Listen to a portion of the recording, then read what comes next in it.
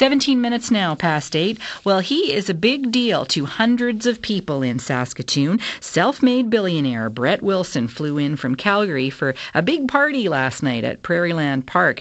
It was a party where students could network with business leaders, where students could pitch their ideas to Wilson, who stars on CBC Television's Dragon's Den. It was a party thrown by the Entrepreneurship Centre that's turned into Wilson's namesake at the University of Saskatchewan. And that party is where I caught up with him.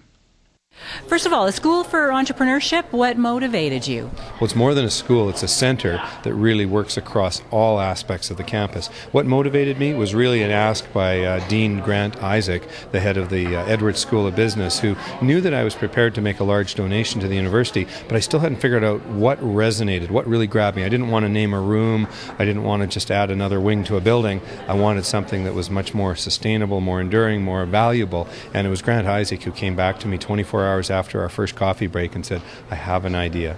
So it was the first pitch. And what are your hopes for it?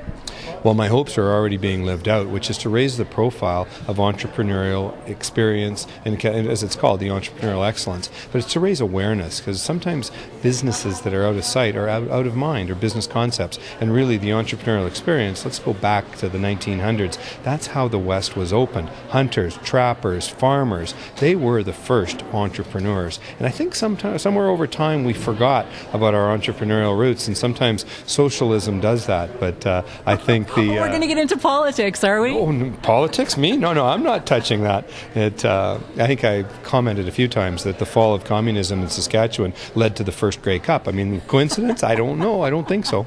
You know, when it comes to entrepreneurs, though, a lot of people think they are a breed apart. You are a breed apart, that you have a different genetic code or something than the rest of us. What would you say about what makes an entrepreneur? Well, I think required television is the show Trading Places, Eddie Murphy, Dan Aykroyd, because that goes to that core issue of nurture versus nature. And I think both are very relevant, and that's why the center, I think, is about nurturing. It might bring people who have an innate or a natural interest in entrepreneurship further, but I think anybody can be encouraged to think outside the box. I think lawyers who graduate planning to be lawyers instead of maybe law, maybe business, entrepreneurial experiences come out of every faculty, from phys ed to engineering, agriculture. That's why the Wilson Center is really designed to be multidisciplinary in terms of its approach.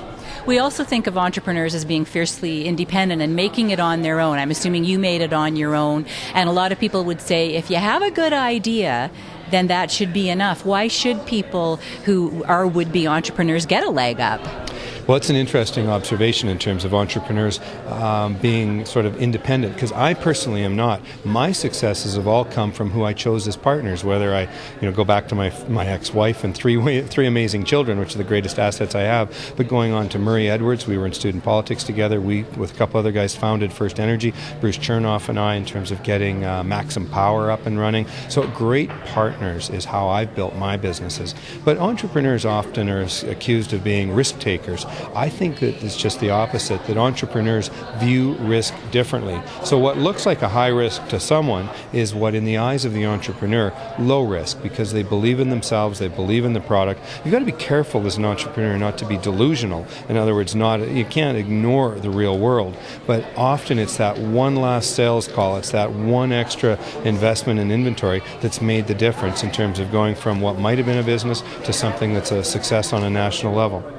You're known here. My cab driver on the way here knew who you were. He said you're a guy who gives back a lot, and it's not just the entrepreneurship thing. You've given to cancer. I understand that you're involved in domestic abuse, and that's another cause that's near and dear. What obligation do you think people who have made it, to do that kind of thing? I actually think everybody has an obligation. As Mother Teresa says, no act of charity is too small.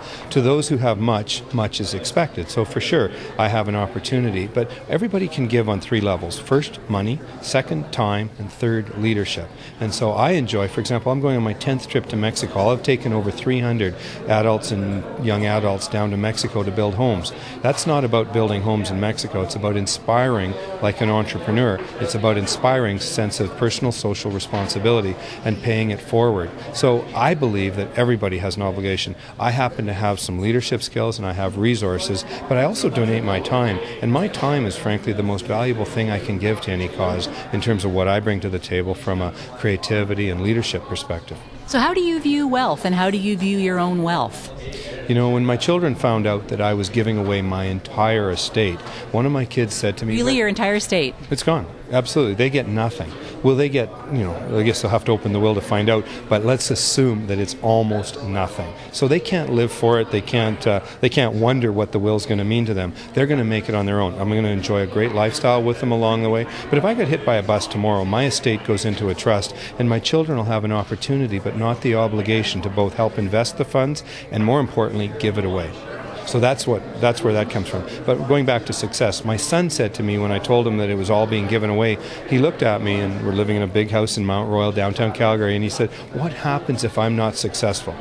And that gave me the most amazing opportunity to talk about what defines success. Happiness, for me, defines success. And I know people with next to nothing who have incredible success.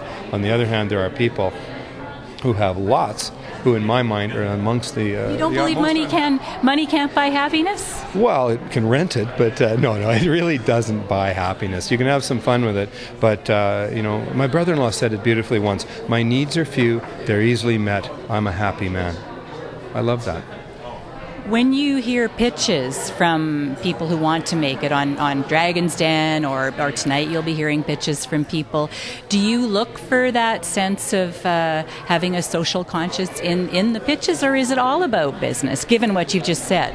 Well, at the early stages of a business, you have to focus on who you are and what your business is and building that business. But I think a sense of corporate social or personal social responsibility can be built in. So I'm not worried about that.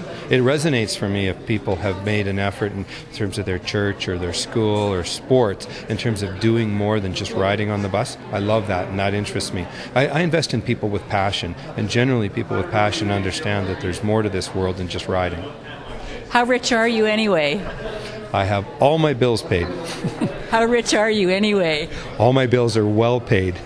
No, I'm in great shape, and I'm proud of that. But really, the essence of my life going forward is giving it away, not making more. I think I'll make some more. I'm pretty sure of that. But the fun stuff, and for me, is investing in sports and entertainment, which is how I partnered with Beverly Mahood. I've invested in 3 professional sports franchises. I'm backing the Canadian Tenors. That's the stuff that's fun. I mean, sitting around a fireplace showing your children stock certificates, boring, not going to happen. It's the fun stuff, and really I think I can affect social change through my wealth, but I have to be progressive and proactive about doing it.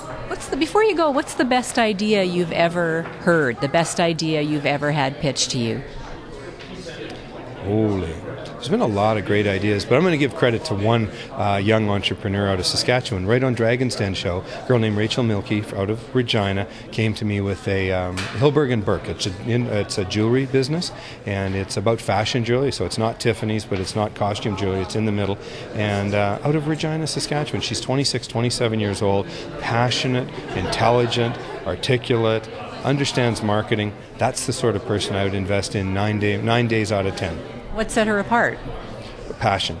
She was also not afraid to say what she knew and what she didn't know. I love it when an entrepreneur is asked a question and say, you know what, I don't know, but I'll find out.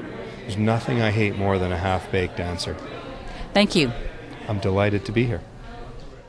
Brett Wilson, self-made billionaire and one of the stars of Dragon's Den. He's donated $1 million to the U of S to establish the Wilson Center for Entrepreneurship. In case you were wondering, a couple of students walked home with a check for $1,000 last night. Brandon Hicks and Chris Reed had the winning pitch before Wilson and 5 other dragons. Hicks and Reed want to recycle flax and other fibers. They figure that gives them an edge making longboards for skateboarders. Now, Wilson admits he's not a fan of longboarding, but he gave credit to both students, saying he liked their sustainable engineering practices.